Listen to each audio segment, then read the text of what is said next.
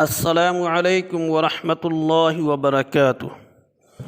محترم سامعین کرام، آج میں آپ حضرات کے سامنے میت کو کفنانے کا طریقہ بیان کرنے جا رہا ہوں۔ چونکہ مرد اور عورت کے کفنانے کا طریقہ الگ الگ ہے، اس لیے دونوں کے طریقے علیحدہ بیان کرنا مناسب ہے۔ اس سے قبل یہ کہ میت کو غسل دے دینے کے بعد کفن کو چارپائی پر بچھا کر طاق، مرتبہ، لوبان وغیرہ کی دھونی دی جائے، پھر اس پر میت کو لٹایا جائے۔ میرے محترم، آپ سے گزارش ہے کہ اس چینل کو سبسکرائب اور لائک کریں۔ سامعین، مرد کو کفنانے کا طریقہ یہ ہے کہ چارپائی پر پہلے لفافہ، پھر ازار بچھا کر اس کے اوپر قمیص کا نچلا حصہ بچھایا جائے اور اوپر والا نصف حصہ سمیٹ کر سرہانے کی طرف رکھ دیا جائے۔ پھر میت کو غسل کے تختے سے آہستگی کے ساتھ اٹھا کر بچھے ہوئے کفن پر لٹا دیا جائے اور قمیص کا جو اوپر والا حصہ سرہانے کی طرف رکھا تھا اس کو اوپر سے اس طرح ڈال دیا جائے کہ گریبان گلے میں آ جائے اور پیروں تک اس حصے کو پھیلا دیا جائے۔ پھر سر اور داڑھی پر عطر لگائی جائے۔ پھر پیشانی، ناک، دونوں ہتھیلیوں، دونوں گھٹنوں اور دونوں پاؤں پر کافور مل دیا جائے۔ خلاصہ یہ کہ تمام اعضائے سجدہ پر کافور مل دیا جائے۔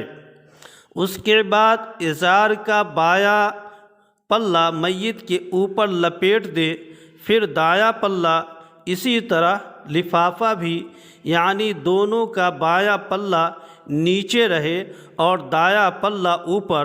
اس کے بعد کپڑے کے قطرن سے سر اور پاؤں، اسی طرح کمر کے نیچے ہلکا باندھ دیا جائے تاکہ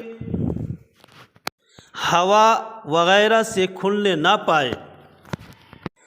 یہاں یہ بات ملحوظ رہنی چاہیے کہ بعض لوگ میت کو نہلانے کے بعد جو لنگی کمر میں ڈالتے ہیں، کفن پہناتے وقت اس کو رہنے ہی دیتے ہیں۔ یہ غلط ہے، کیونکہ مسنون کفن مرد کے لیے 3 اور عورت کے لیے 5 ہے، اور اس صورت میں مرد کے لیے 4 اور عورت کے لیے 6 کفن ہو جاتے ہیں۔ دراصل یہ ایک غلط فہمی کا نتیجہ ہے، جس کی بنیاد یہ ہے کہ اردو زبان کا دائرہ چونکہ بہت محدود ہے، اس لیے ازار کا ترجمہ لنگی سے کیا گیا، جس سے لوگوں نے ازار کو حالت حیات کی لنگی پر قیاس کر لیا اور یہ سمجھ لیا کہ لنگی تو وہی ہوتی ہے جو کمر سے نیچے پہنی جاتی ہے۔ حالانکہ فقہائے کرام نے ازار کی تفسیر اس طرح کی ہے: ازار ہوا من القرن الی القدم، ازار وہ ہے جو سر سے پاؤں تک ہو۔ ازار کا مطلب زندگی والی لنگی سمجھنا درست نہیں۔ اب رہی یہ بات کہ جب ازار نام ہوا اس کپڑے کا جو سر سے پاؤں تک ہو، تو میت کے کہاں پر باندھا جائے گا؟ قمیص نیچے ہو جائے گی اور لنگی اوپر ہو جائے گی۔ یہ صبح حضرت علامہ کاسانی رحمۃ اللہ علیہ کی عبارت ذیل سے رفع ہو جاتا ہے: الا ان الازار فی حال حیاء فی الحال حاله تحت القمیص وبعد الموت فوق القمیص من المنکب الى القدم لأن الازار تحت القمیص حالۃ الحیات۔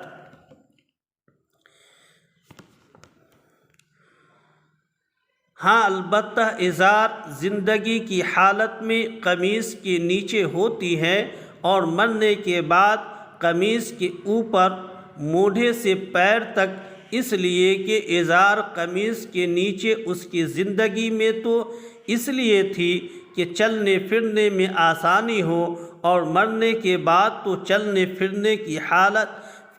پھرنے کی حاجت ہی نہیں رہتی۔